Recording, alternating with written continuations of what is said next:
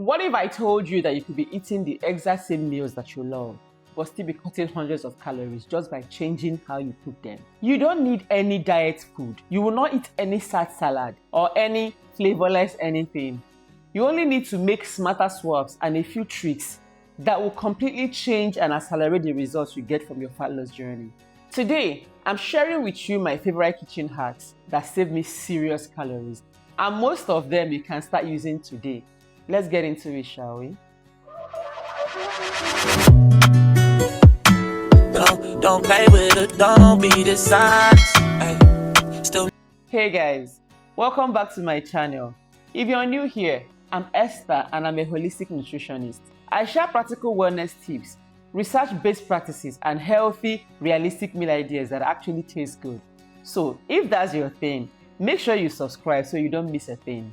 Today's video is all about working smarter in the kitchen because honestly, you don't have to eat less food to eat better. You just have to cook better. These hacks are going to show you exactly how to do it. Let's start with a big one.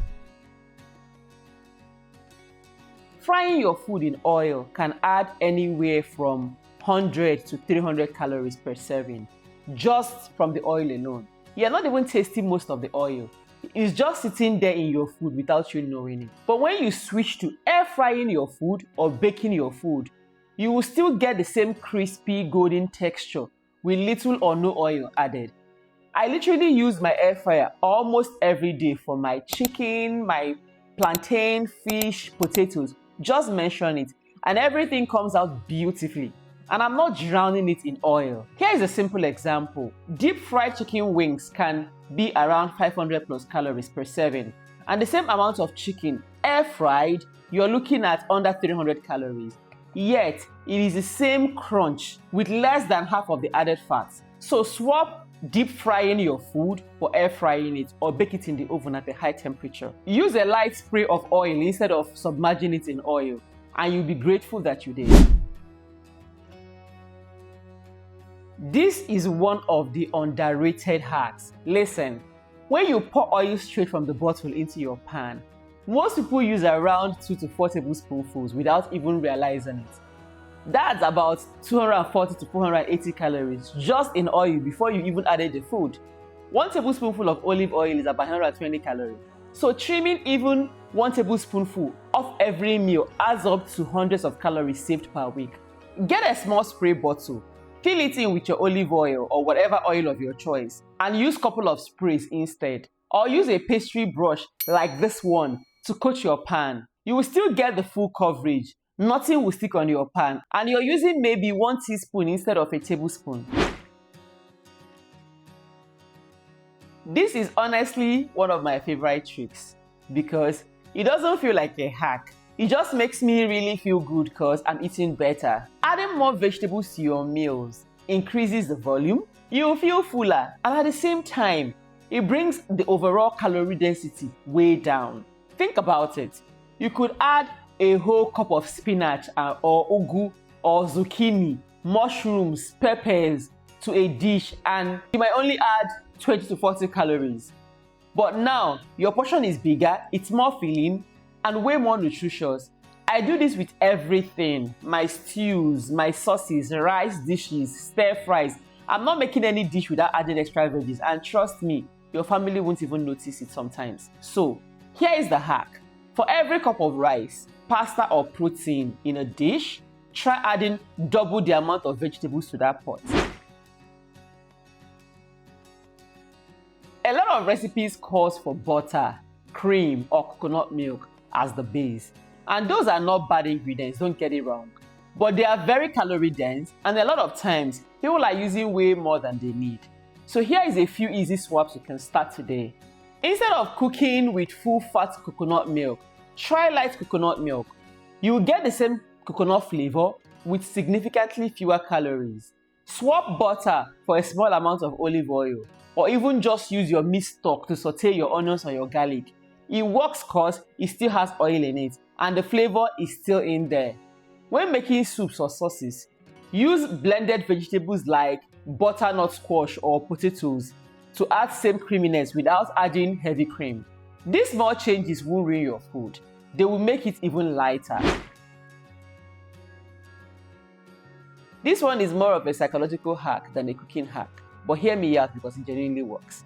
Studies have shown that eating a smaller plate makes your brain register a fuller plate as a full portion. When you serve yourself on a large plate, the same amount of food looks small, so you will instinctively add more food to it.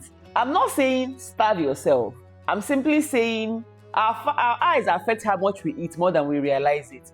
Try eating your main meals from a slightly smaller plate or a bowl for a week, and you will notice the changes in how much you eat and how you serve yourself. Store-bought sauces, dressings, and condiments are one of the biggest hidden calorie traps. A couple of tablespoons of a creamy salad dressing can be about 150 to 200 calories. Bottled pasta sauces and marinades are usually loaded with lots of sugar and oil. But when you make your own dressings, you control exactly what goes into it. A simple lemon juice, olive oil, garlic, and herb takes 2 minutes to make and uses a fraction of the oil. Yet, you will get a tasty, flavorful dressing that you can actually eat guilt-free. A homemade tomato sauce is just blended tomatoes, onions, garlic, and seasonings, nothing else. Believe it when I say it. Once you start making your own sauces at home, you will never go back.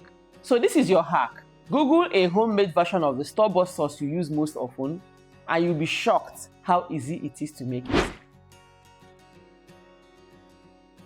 This one has less to do with calories and more to do with keeping your food juicy, so you don't feel like you need to add extra sauces or any extra butters or toppings to make it tasty. When you cut your meat straight out of the pan or oven, all the juices run out. The meat dries out. Then you end up adding extra gravy or butter or more oil or sauce or stew to compensate. And that's where the extra calories sneak in. Let your meat sit for about 5 to 10 minutes after cooking before you slice it. The juices redistribute, it stays moist, and it tastes way better on its own. This is the one I talk about the most because it genuinely changes how much you eat out of your meals. Protein is the most satiating macronutrient. It keeps you full for longest.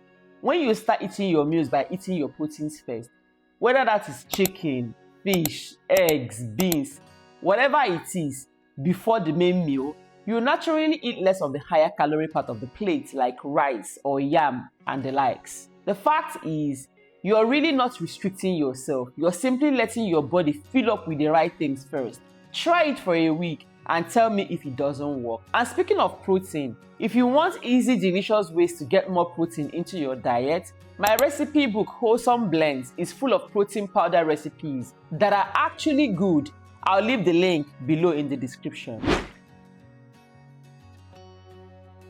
I know this sounds boring, but it's one of the most effective things you can do, especially with things like oil, nut butters, cheese, rice and pasta, granola and cereals and the likes.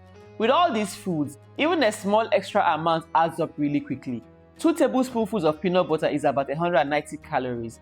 Most people scoop 3 and 4 without thinking about it. That's nearly 400 calories from just the nut butter alone. You don't have to measure everything, really. But doing it for a few weeks trains your eyes so that you actually know what the portions look like. Okay, this one is a bit sciencey, but stay with me because it's genuinely interesting. When you cook rice, potatoes, pastas, and the likes, then let them cook completely in the fridge. The starch structure changes into what is called resistant starch. When you reheat and eat them, your body cannot fully digest the resistant starch, which means it ends up absorbing fewer calories and then it acts more like fiber, feeding your good gut bacteria. This is actually one of the reasons meal prepping is good beyond just saving time. So, cook your rice and your potatoes in advance. Refrigerate them and reheat them when you're ready. You get a slightly lower calorie impact and better gut health benefits. Mind blown, right? So those are my top kitchen hacks for cutting calories without cutting the things you love about food. You don't feel deprived. You don't have to abide by any complicated diet rules. You're simply cooking smarter. If you try even 2 or 3 of these consistently, You will start to see and feel a difference because small changes done consistently are always going to beat big dramatic changes that cannot be maintained. If you found this video helpful, give it a gentle thumbs up. It really goes a long way to help the channel. And if you want to take things further with your healthy eating, check out my Nourish to Flourish weight loss meal plan. I'll drop the link in the description. It's designed to make healthy eating simple, sustainable, and actually enjoyable. Remember to subscribe and let me know in the comments which of these hacks are you either already doing or willing to try. I read every single comment. Until next time, stay fabulous.